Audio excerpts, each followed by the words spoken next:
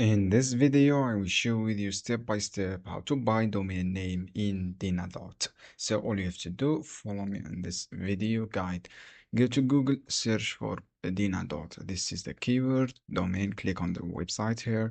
You will see this page. So friends, from this page, search for your domain you want to buy. For example, this domain. Click on the keyword of your domain. If you want to buy this domain, click this icon for buy, and then you will see this page. Click this one, view at checkout. As you can see here, click on view or checkout. So friends, when you click this icon, just await, click on payments, click view checkout, cards, click payments, choose your payments here. You should be logged in your accounts.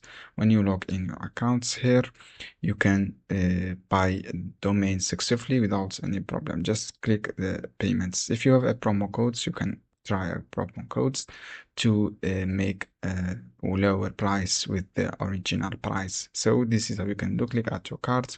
You can buy via your credit card and then complete your all details. Thanks for watching this video. See you